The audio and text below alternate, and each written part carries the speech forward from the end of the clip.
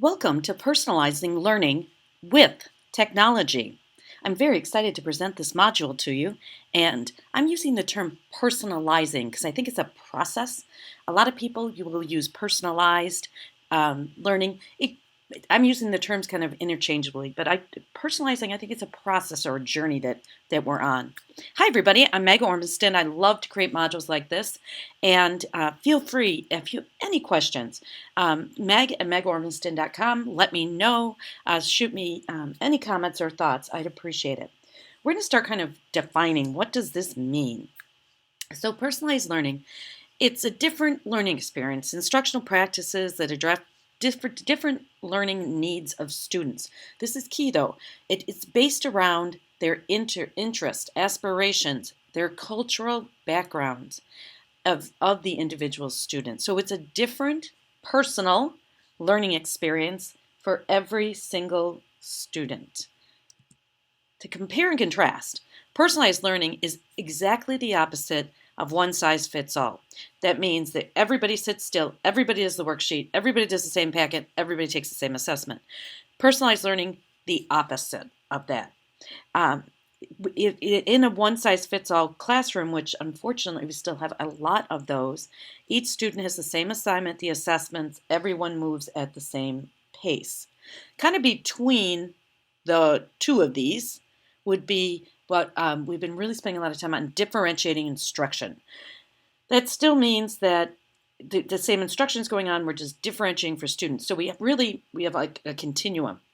One size fits all on the extreme teacher-focused classroom, where personalized is on the other, kind of in between, we're dabbling with differentiating, if that helps kind of frame it for you.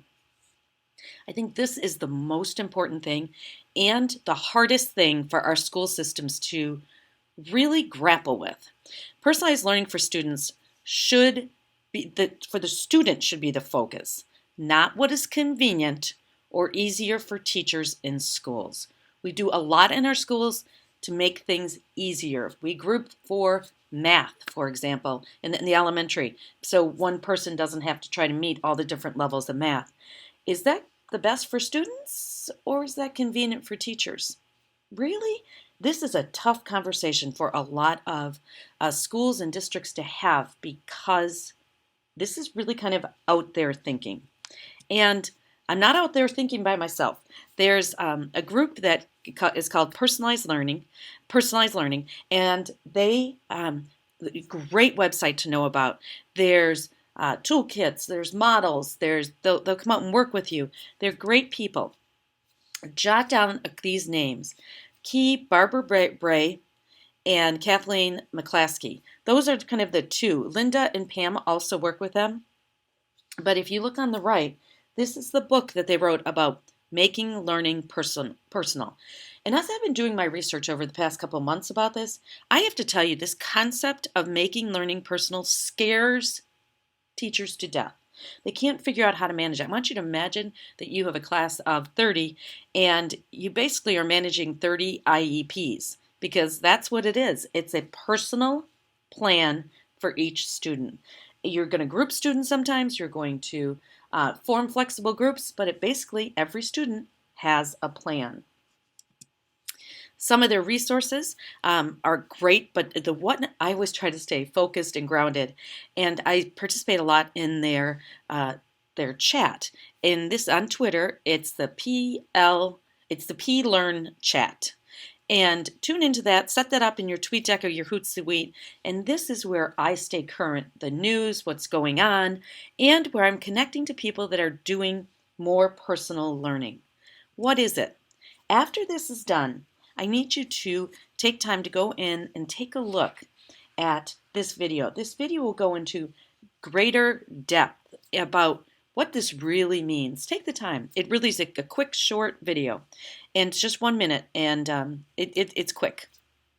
Now, I know we're kind of dated here at 2010, but coming out of the U.S. Department of Education, they tried to define 3 different types of learning. And the first one that they took a look at was individualization. I can't even say it. That is paced to the learning needs of different learners. the goals are the same for all students, but they progress through the material at different rates. Okay, so that's what they're calling individualization of instruction. Okay, for example, students might take longer to progress during different things, but every student does the same thing. Okay, now remember I kind of said differentiating is in the middle, and that it's structured to the different learners. Everybody has the same goal. We're just going to differentiate the approach or the outcomes that the students are creating. Okay, so we have individualization, we have differentiating, and personalization. It's when the instruction is paced for the students, but it's built around their preferences, their interests, their cultural backgrounds. I think that's so important that we realize that. Maybe not everybody's going to cover the same thing. And so that's where everybody's like, that kind of freaks them out. But in the real world, when we leave school, everybody personalizes their learning and they learn how to learn. That is a key piece of this. So what I wanted to do is I wanted to show you these 3 definitions, and you can stop and kind of refocus, go back, and rewind. But the U.S. Department put this out because everybody was they were all picking and using different terms. You'll see that when we get to kind of the next segment. What are the themes? I want you actually to pause me for a minute and just look back at those 3. What are some themes? And I would like you also to, as you pause and reflect, think about your classroom. Are you personalizing, differentiating, or individualization? So go ahead and pause me and then get ready to restart.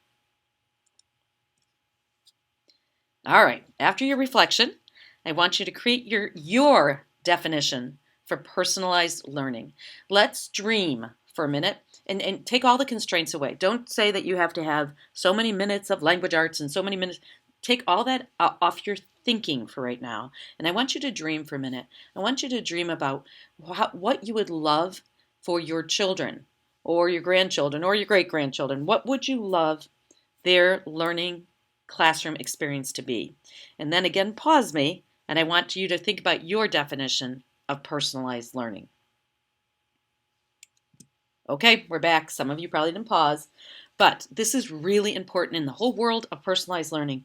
In this moment in time, it is exploding with subscription services and things that you can buy. I want to caution you about this. Just by buying something doesn't mean that educators are ready for this personalized learning.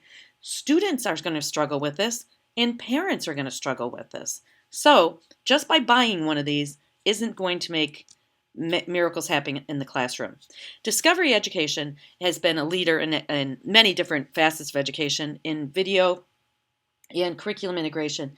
They have an entire digital curriculum now, very heavy on video, and I've heard great reports about it, and I've heard, I think it all depends on implementation. So any of these tools are great, but we have to think about a implementation. Pearson, the big elephant in the room, has many different resources that they're kind of grouping under personalized learning, personalization of learning, whatever term that you're going to go ahead and use. So Pearson has some more things. This is the one that I'm most familiar with, and this is from Curriculum Associates. And iReady is the program that they have that's called Personalization. What's great about this is the students take an assessment, and right at the beginning, assessment, the math takes about 45 minutes, the reading takes about 45 minutes, and then the student is placed basically like an IEP that says, okay, you're here in this math concept, you're here in this math concept. But the cool part is it develops the entire curriculum around where that student is. That piece is cool. And then the student can go work at their own pace through the curriculum. Cool. But the part I really liked was the teacher piece of it. They have materials for the teacher. And what they do based on how the students do on this assessment, they will suggest how to group the students and then give every teacher the materials at that level for those groups of students. And I thought, wow. Instead of the teacher having to pull all that, that's a wow for me. The key to all of these subscription services is that Assessment is seamless and ongoing. Every single time the student is working on something, they're getting immediate feedback. They're getting, the teacher knows exactly where everybody is, knows what students to touch and get move forward and prod and all those other great things that we do as teachers. This one, I've heard a lot of schools have great success with this one in the area of reading. Again, your students come in, take an assessment, they're leveled. Then books are delivered to them digitally. But the cool part is it has a little bit of gamification. That's the term I'm going to use. That means that students can earn things as they read and work harder. And again, after each book, there's an assessment piece. And so each student, if you have one of those kids that wants to go home and read all weekend, what a great resource for them. And they earn, points and all this stuff. But the key is they're trying to build their robot. And very motivational for lots of different kids. This one, a lot of schools have it, but they're using it more as supplemental. But there is a lot more to IXL than some of you are just experiencing on the free side, I believe. But the key to all of these, and believe me, when I say this is just a snapshot of a few of the tools out there, you walk through any exhibit hall at any education conference, personalized learning is everywhere. And it's very, very interesting. But the key is assessment has to be seamless and ongoing. That student knows exactly where they are at any moment. So do their parents, so does the teacher. Speaking of assessments, how about assessing your entire kind of system, your whole school system? I thought this was a really interesting graphic that really started to discuss the personalized learning versus the current system. And I think this is really a hard conversation for school districts to have because they really think they're doing great things for kids, but I believe we really need to shake things up really in a big way. So I went out on a search to find out who's doing it. And Minneapolis St. Paul School District is doing some really interesting work around personalized learning, including student voice and choice, which is a big theme that you need to kind of put in your head. This is a big ISTE theme.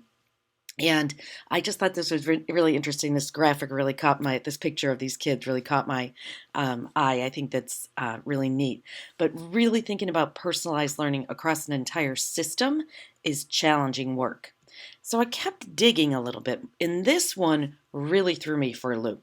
Summit Public Schools, when you put in personalized learning, this is kind of everywhere. I'm like, what? What is it? And so if you look across the top, they have a day in the life, and I encourage you to go explore this. The schools are in California, and they are in Washington. So let's take a look at a day in the life. Look across the top where we have the school day begins, then the midday, school ends, and then there are 4 2-week sessions. Still not quite sure how this is organized, but I'm going with it. So if you look at the first thing in the morning, it's project time where the students are working on their own projects. And everyone knows exactly what they're doing. They're doing different projects. They're working in teams. Some work individually. Then we're going to follow across the top. Then everybody reads for at least 30 minutes. And this is what a lot of schools that I work with call their literacy block. So then there's reading. Then this is interesting, personalized learning time where every student works at their pace on their objectives. And there is a learning management system that's behind this. I'm not quite sure which one, but it's managing every student in their goals. Then this looks like math for at least 30 minutes a day. So they call it Summit Solves. I thought that was interesting. Then students meet with their mentors during the mentor time. And then there's community time. I thought, wow, wouldn't that be awesome if all of us had community time built into our day? Then after school, students can join clubs, do sports, do extracurricular things, or come get extra support. All right, now this one, I just want to know more about this. Expeditions, and where they're 2 weeks at a time, and they discover different things. This is more, to me, when I saw this, it looked like Genius Hour kind of exploded, where students get to work on different things. Who we are, and they want to prepare students for college, university. It is a public school, and 96% of their students, I believe, go on two. I'm not sure about that. I'll check that out. But you can see on the left that they compared their to the local schools, the summit schools compared to the local schools. The summit in the top being in blue, and then in the bottom, I thought that was really interesting about college ready courses for all students. That was interesting. And again, this is right off their website, so I didn't have anything to compare contrast it to, but the numbers are really quite interesting. One thing that really popped up for me: every summit student takes 6 AP classes, at least one AP test prior to graduation. Like, wow, that's a lot. I don't think a lot of schools can say that. What is a charter school? Okay, it's a charter school. That's where things can be a little different, but it's within the public schools. So they're charter schools, but they're public schools. They're tuition free. But it is a charter school, so it can run in maybe a different way than some of the other schools. There is one note. There is a lottery, an application, and a lottery to get in. I just think with the whole movement to personalized learning, I think we're going to start to see a lot more schools like this. I just don't want it all to stay within the world of charter. I want it to stay within our public schools because I believe that is so important. I have another great video for you to watch when you're done with this. And again, it really talks about the concept of personalized learning. We can do this. We just have to shake up what we know as school.